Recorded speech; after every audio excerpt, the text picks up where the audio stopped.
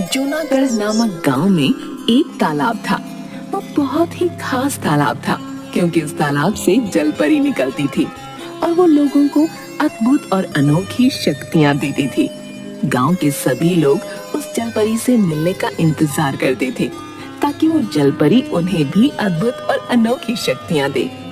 उसी तालाब के पास एक छोटी सी कुटिया थी और उसी कुटिया में दो साधु रहा करते थे। उन दोनों साधुओं ने जलपरी को देखा था और उस वक्त जलपरी ने उन दोनों साधुओं को एक बहुत ही खास, अद्भुत और अनोखी शक्ति दी थी। बाबा जी प्रणाम।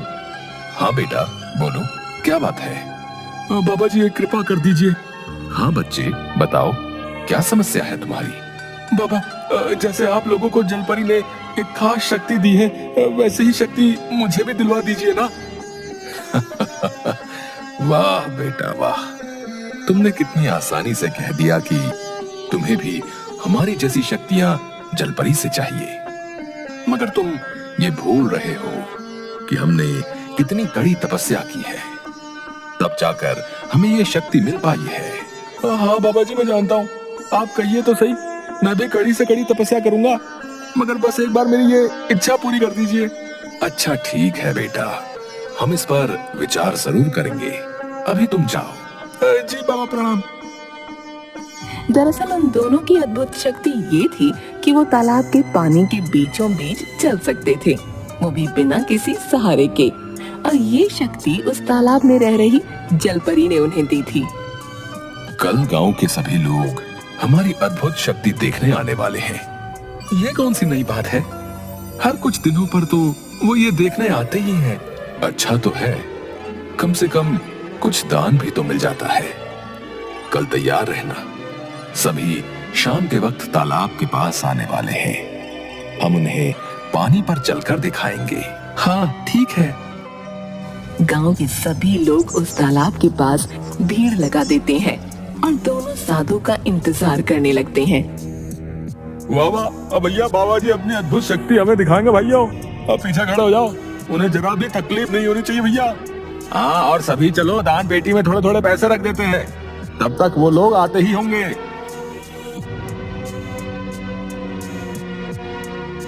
कुछ देर में दोनों साधु वहाँ आते हैं। अरे देखो देखो देखो, बाबा जी आ गए। बाबा जी की जय, बाबा जी की जय। आप सभी शांत हो जाइए, शांति रहेगी तभी हम अपनी अद्भुत शक्ति दिखा पाएंगे। हाँ हाँ बाबा जी, हम सभी शांत हैं। चुप जाओ सभी। दिखाइए बाबा जी, आप लोग अपनी अद्भुत शक्ति दिखाइए। दोनों साधु अपनी अपनी आंखें बंद करते हैं और मंत्र पढ़ना शुरू करते हैं। सभी लोग गौर से दोनों बाबाओं को देख रहे थे। कुछ मिनट तक मंत्र पढ़ने के बाद दोनों पानी पर उतरते हैं। हर हर महादेव।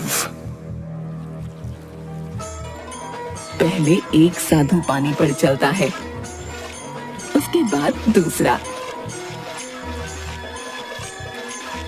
ये दृश्य देख सभी जोर जोर से तालियां बजाने लगते हैं।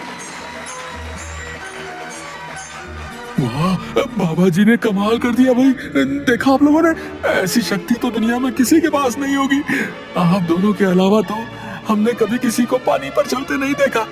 धन्य हो बाबा आप लोग, धन्य हो।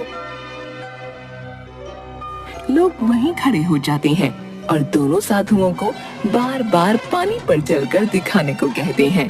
बस बस, आज के लिए इतना ही। अगर आप सभी को हमारी ये शक्ति अच्छी लगी हो तो कृपया अपनी इच्छा से जितना बन पड़े उतना दान करके ही जाइएगा। सभी लोग पैसा उन दोनों साधुओं के नाम दान करके चले जाते हैं।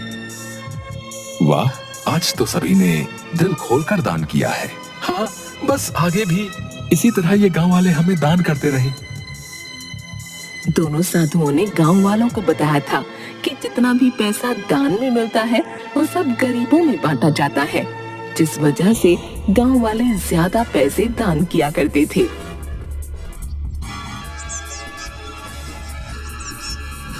एक दिन जब वो दोनों साधु पैसों की गिनती कर रहे थे, तभी एक आदमी उनकी कुटिया के बाहर आता है। बाबा जी, क्या आप लोग अंदर हैं? अरे तुम बाहर जाओ और देखो कौन आया है। एक साधु कुटिया से बाहर आता है। बाबा जी, मेरी मदद कीजिए। कैसी मदद? बाबा जी, क्या मैं अंदर आ जाऊं? अंदर आकर सारी बातें बताता हूँ, नहीं तो कोई सुन लेगा। नहीं नहीं, अभी थोड़ी देर बाहर ही इंतजार करो। बाबा जी, आने दीजिए ना, तभी तो मैं आपको अपनी समस्या बता पाऊंगा। वो कुटिया के अंदर घुस जाता है। तब तक साधु ने सारे पैसे वहाँ से हटा दिए थे। अरे तुम कौन हो और अचानक अंदर घुस आए? बाबा जी, मुझे आप लोगों से एक बात करनी है, कृपया सुन लीजिए। ठीक है, बोलो क्या बात है। बाबा जी, बुरा मत मानिएगा, मगर मैं आप लोगों की अद्भुत शक्ति से बहुत ही ज्यादा प्रभावित हुआ हूँ। अब बस मुझे भी आप जलपरी से मिलवा दीजिए। मैं भी उनसे एक अद्भुत शक्ति मांगना चाहता हूँ, ठीक वैसी ही जैसी आप लोगों के पास है। हमने पहले भी कहा है, ये कोई आम चीज नहीं जो बहुत आसानी से मिल जाए। इसके लिए कड़ी तपस्या की जरूरत पड़ती है। बाबा, आप लोग जैसा कहेंगे एकदम वैसा ही करूंगा, बस मेरी इच्छा पूरी कर दीजिए। अच्छा ठीक है, तुम जाओ, हम सोचकर बताएंगे। वो आदमी वहाँ से चला जाता है। इसी तरह उन दोनों साधुओं के पास बहुत सारे लोग आते और वो सभी जलपरी से मिलकर एक अद्भुत शक्ति पाना चाहते थे। अरे ये गांव वाले तो मानने को तैयार नहीं हो रहे। हर रोज कोई ना कोई आ ही जाता है और जलपरी से मिलवाने के लिए कहता है। आखिर कब तक ऐसा चलेगा? अब तो मुझे लगता है इन सभी को जलपरी से मिलवाना ही पड़ेगा। क्या सच में? तुम्हें पता है तुम क्या बोले जा रहे हो? हाँ बिल्कुल, जब सभी मान नहीं रहे तो यही करना पड़ेगा।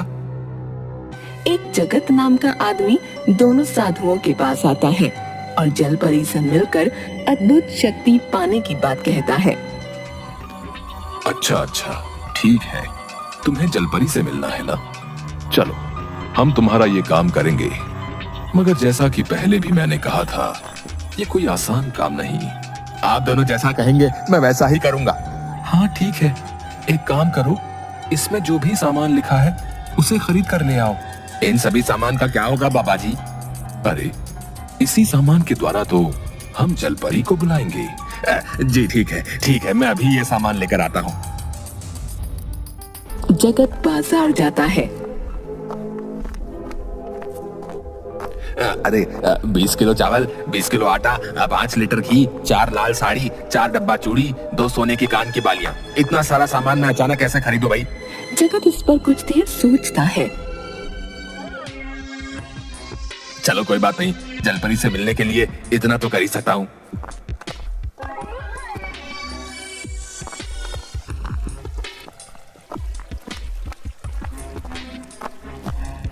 ये लीजिए, मैं सभी सामान लेकर आ गया। वाह, ये तो बहुत अच्छी बात है। अब ये लो, इसमें जो भी लिखा है वो भी लेकर आओ। अरे बाबा जी, अभी तो मैं इतना सामान लेकर आया हूँ और आप कह रहे हैं और सामान लेकर आना है। बेटा, हवन का सामान तो तुम लेकर ही नहीं आए। ये तो सारा सामान जलपरी के नाम चढ़ेगा, बाकी हवन के लिए भी तो सामान चाहिए।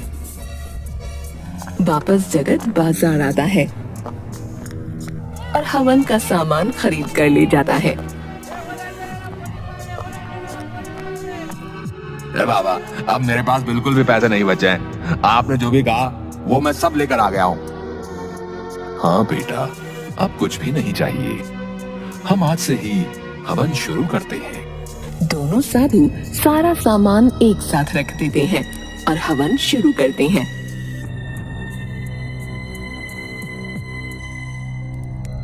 बाबा, क्या मैं तालाब के पास जाकर देखूं? कहीं जलपरी आई होगी तो? हैं?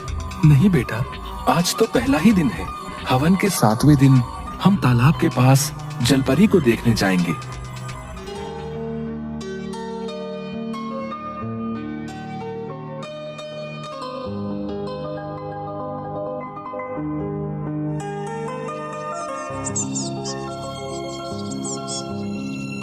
सातवें दिन वो आदमी दोनों साधुओं के पास आता है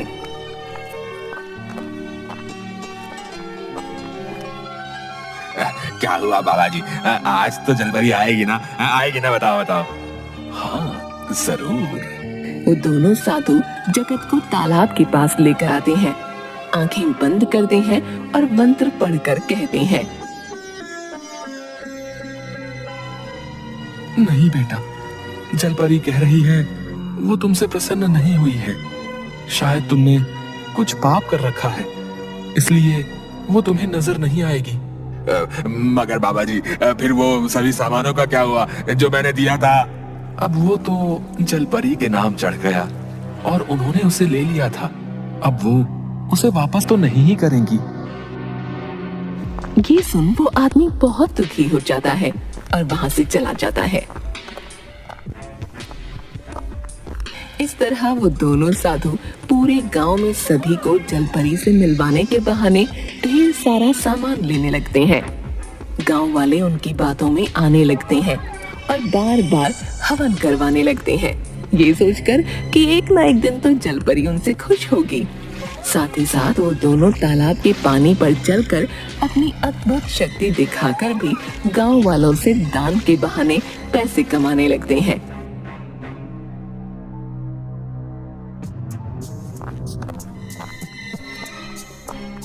एक दिन जगत सोचता है, बस एक आखिरी बार जलपरी को खुश करके देखता हूँ।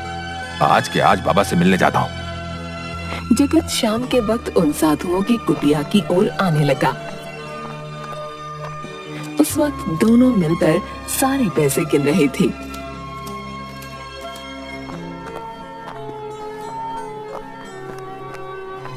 गांव वाले सच में कितने मूर्ख हैं। मतलब कितनी आसानी से हमारी बातों में आ रहे हैं। इन्हें लग रहा है सच में जलपरी आएगी। वही तो, इन्हें मूर्ख बनाना बहुत ही आसान है। जब कोई जलपरी है ही नहीं तो जलपरी आएगी कहां से? बस मैं तो चाहता हूँ ये सभी ऐसे ही मूर्ख बनते रहें और हम मालामाल बनते रहें। ये सब जगत सुन लेता है। क्या इसका मतलब ये दोनों आज तक हमें मूर्ख बना रहे थे?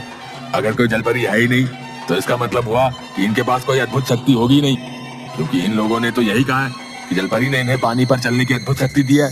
सच जान जगत को बहुत गुस्सा आता है और उनकी सच्चाई सभी गांव वालों के सामने लाने की बात वो सोचता है।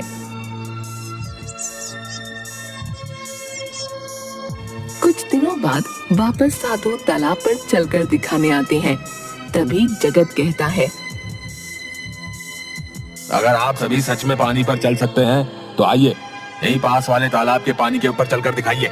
जगत की बात सुन सभी हैरान रह जाते हैं। अरे जगत, तुम पागल हो गए हो क्या? है ये क्या बोले जा रहे हो? ये दोनों ये काम मैं थोड़े कर रहे हैं जो तुम इन पे शक कर रहे हो। नहीं नहीं, अगर ऐसा ही है तो ये मेरी बात को स्वीकार करें और वहां चलकर दिखाएं। अरे तुम शांत हो जाओ और जाओ यहाँ से। अगर तुम्हें ये नहीं देखना तो इन्हें देखने दो। नहीं नहीं, मैं कहीं नहीं जाऊंगा। आप दोनों पास वाले तालाब के पानी पर चल के दिखाइए। यहाँ। अरे बाबा जी, आप लोग इसकी बोलते बंद कर दीजिए और वहां पे चलकर दिखा दीजिए। सभी जबरदस्ती दोनों साधुओं को उस तालाब तक लेकर आते हैं।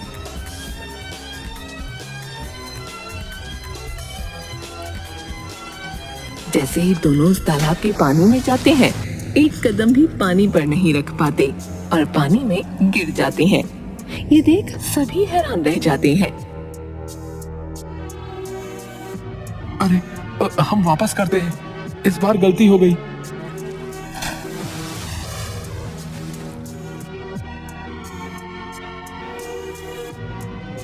बार बार करने पर भी वो पानी पर चल नहीं पाते। इसका मतलब जगत सही कह रहा था, इन लोगों के पास कोई अद्भुत शक्ति नहीं। जगत तुरंत उसी तालाब में कूद जाता है जिस पर वो साधु चलते थे। तब उसे पता चलता है कि उस तालाब के नीचे जगह जगह पत्थर रखे हुए हैं, जिसकी मदद से वो दोनों पानी पर चलते थे। देखो आप सभी, इस पत्थर की मदद से ये दोनों इस तालाब के पानी पर चलते थे। दोनों मुंह छिपाकर भागने लगते हैं।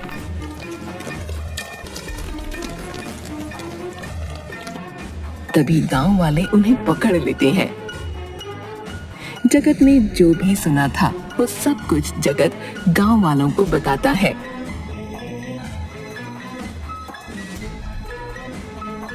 अब बताइए जरा, आप लोगों ने ऐसा क्यों किया, बताइए। अब हमें माफ कर दो। अब दरअसल हमने झूठ बोला था कि जलपरी ने हमें अद्भुत शक्ति दी थी जिसकी मदद से हम पानी पर चल सकते हैं। असल में तो कोई जलपरी है ही नहीं और न ही हमारे पास कोई अद्भुत शक्ति है। तालाब में किस जगह पर कहां कहां पत्थर रखे हुए हैं हमें पता था, इसलिए हम आसानी से उन पत्थरों पर चल लेते थे जिससे लगता था कि हम पानी पर चल रहे हैं और आप सभी को मूर्ख बना रहे थे। हाँ, और जब सभी हमारे पास आने लगे और जलपरी से मिलने की जिद करने लगे, तब हमने आप सभी से झूठ बोला कि जलपरी को खुश करने के लिए हम हवन करेंगे। वो सारा सामान हम ही रखते थे, जलपरी नहीं, और दान के बहाने भी जितने पैसे आप लोग देते थे वो भी हम ही रखते थे। ये सुन सभी गांव वाले बहुत गुस्सा हो जाते हैं और उन्हें मारने लगते हैं। तभी वहां पुलिस आ जाती है और दोनों को पकड़कर ले जाती है।